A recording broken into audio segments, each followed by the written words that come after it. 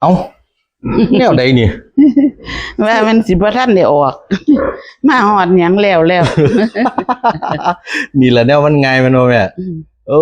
ได้ ย ตั้ง14พูดนะโอ้ยขอกอันตกสิง่ายเนาะ แม่ใหม่ แม่ไม่พร้อมบ่แม่ แม่สาว โอ้คือหูแท้อีลาโอ้อันขึ้นง่ายๆนั่นบ่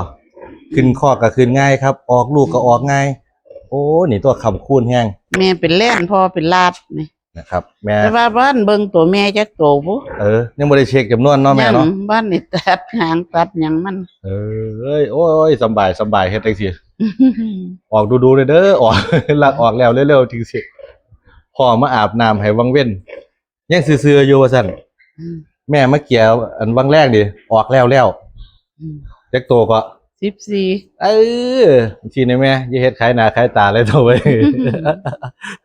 อันมองขายน้ำเสื้อย่างดีเนาะเดี๋ยวเพิ่นก็เลยสิว่าหมานอยู่ เขา ครับ ก็เห็นลูกลาดพ่อนี่ล่ะพ่อลาดนี่ล่ะเขาก็เห็นลูกมัน อ๋อหมานอยู่ครับคุณยายหมานอีกแล้ว อันนี้ก็ยังก็ แม่เป็นแล่น หมู พ่อ เอา เป็ แน น ว ลาดอันนี้หมูเอาแนวเพื่อนครับ เดี๋ยวสิอันนับเบิ่งเด้อมีตัวแม่จักตัว แต่ว่าอันคอกออกบางหันเนี่ยจองเบิ่แล้วว่าซั่นบ่แม่นหลายเด้3ตัว